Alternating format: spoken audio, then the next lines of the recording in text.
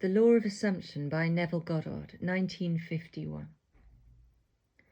The great mystic William Blake wrote almost 200 years ago, "What seems to be is, to those to whom it seems to be, and is productive of the most dreadful consequences to those to whom it seems to be."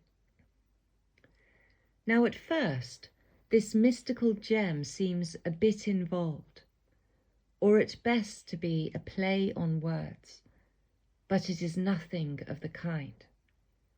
Listen to it carefully. What seems to be is, to those to whom it seems to be. That is certainly clear enough. It is a simple truth about the law of assumption and a warning of the consequences of its misuse. The author of the Epistle to the Romans declared in the 14th chapter, "I know and am persuaded by the Lord Jesus that there is nothing unclean of itself, but to him that esteemeth anything to be unclean, to him it is unclean."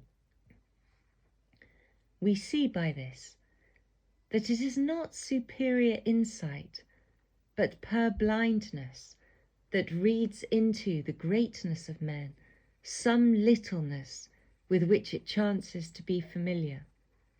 For what seems to be is, to those to whom it seems to be. Experiments recently conducted at two of our leading universities revealed this great truth about the law of assumption. They stated in their releases to the newspapers that after 2,000 experiments, they came to the conclusion that what you see when you look at something depends not so much on what is there as on the assumption you make when you look. What you believe to be the real physical world is actually only an assumptive world.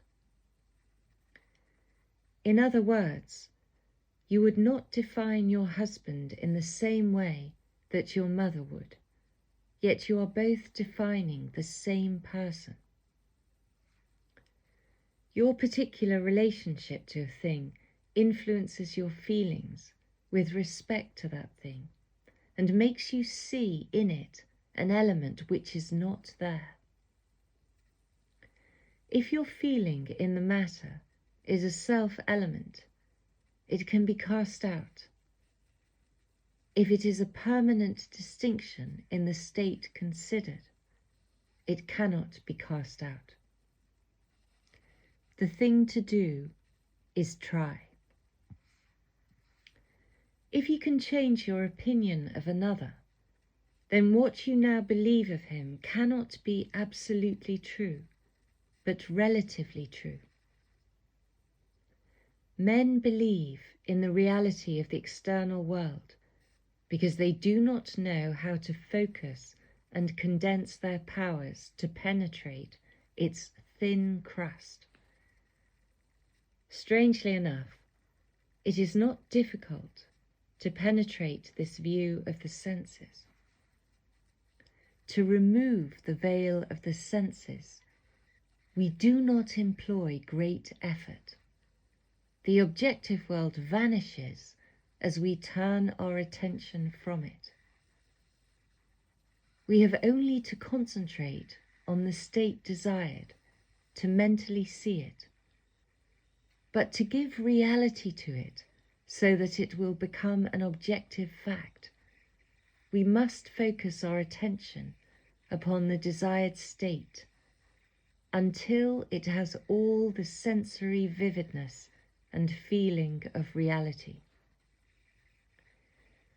When, through concentrated attention, our desire appears to possess the distinctness and feeling of reality, when the form of thought is as vivid as the form of nature, we have given it the right to become a visible fact in our lives. Each man must find the means best suited to his nature to control his attention and concentrate it on the desired state. I find for myself the best state to be one of meditation, a relaxed state akin to sleep, but a state in which I am still consciously in control of my imagination and capable of fixing my attention on a mental object. If it is difficult to control the direction of your attention while in this state akin to sleep, you may find gazing fixedly into an object very helpful. Do not look at its surface, but rather into and beyond any plain object, such as a wall, a carpet, or any object which possesses depth. Arrange it to return as little reflection as possible. Imagine then that in this depth you are seeing and hearing what you want to see and hear, until your attention is exclusively occupied by the imagined state. At the end of your meditation, when you awake from your controlled waking dream, you feel as though you had returned from a great distance. The visible world which you had shut out returns to consciousness, and by its very presence informs you that you have been self-deceived into believing that the object of your contemplation was real. But if you remain faithful to your vision, this sustained mental attitude will give reality to your visions, and they will become visible concrete facts in your world. Define your highest ideal and concentrate your attention upon this ideal until you identify yourself with it. Assume the feeling of being it, the feeling that would be yours were you now embodying it in your world. This assumption, though now denied by your senses, if persisted in, will become a fact in your world. You will know when you have succeeded in fixing the desired state in consciousness simply by looking mentally at the people you know. This is a wonderful check on yourself, as your mental conversations are far more revealing than your physical conversations. If in your mental conversations with others, you talk with them as you formerly did, then you have not changed your concept of self. For all changes of concepts of self result in a changed relationship to the world. Remember what was said earlier. What you see when you look at something depends not so much on what is there as on the assumption you make when you look. Therefore, the assumption of the wish fulfilled should make you see the world mentally as you would physically, were your assumption a physical fact. The spiritual man speaks to the natural man through the language of desire. The key to progress in life and to the fulfillment of dreams lies in the ready obedience to the voice. Unhesitating obedience to its voice is an immediate assumption of the wish fulfilled. To desire a state is to have it. As Pascal said, "You would not have sought me had you not already found me." Man, by assuming the feeling of the wish fulfilled, and then living and acting on this conviction, changes his future in harmony with his assumption. To change his future is the inalienable right of freedom-loving individuals.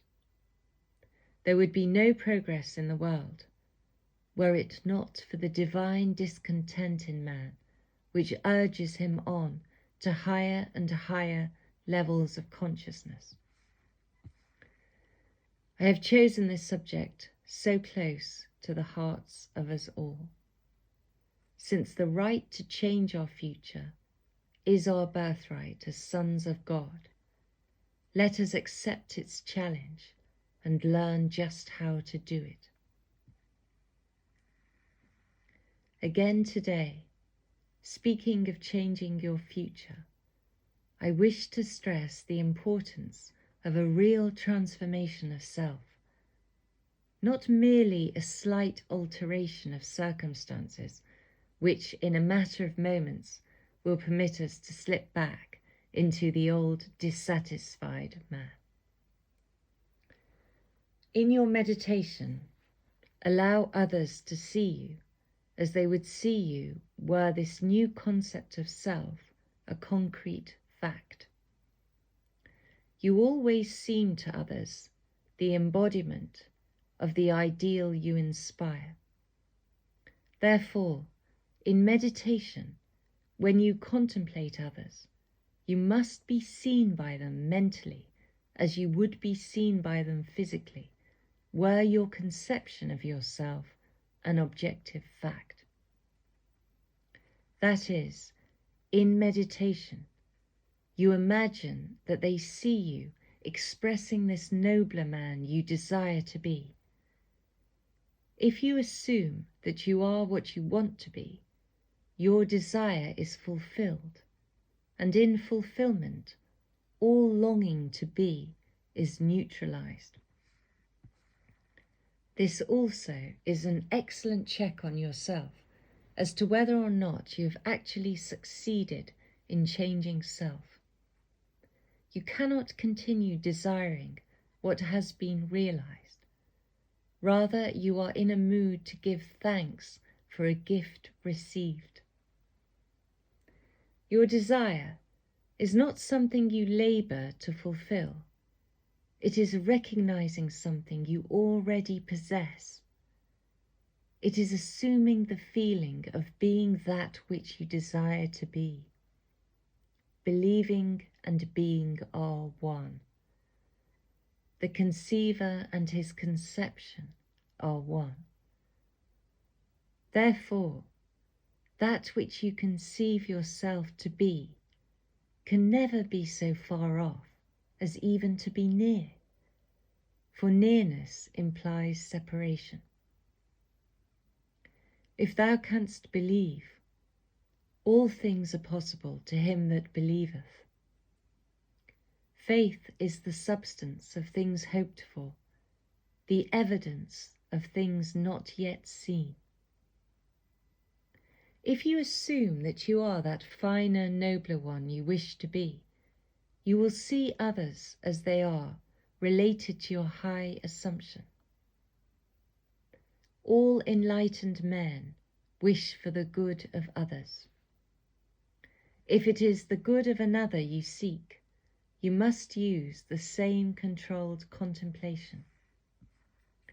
In meditation, you must represent the other to yourself as already being or having the greatness you desire for him. As for yourself, your desire for another must be an intense one. It is through desire that you rise above your present sphere, and the road from longing to fulfillment is shortened, as you experience in imagination all that you would experience in the flesh, were you or your friend the embodiment of the desire you have for yourself or him. Experience has taught me that this is the perfect way to achieve my great goals for others as well as for myself. However, my own failures would convict me were I to imply that I have completely mastered the control of my attention. I can, however, with the ancient teacher say, this one thing I do, forgetting those things which are behind, and reaching forth unto those things which are before. I press towards the mark for the prize.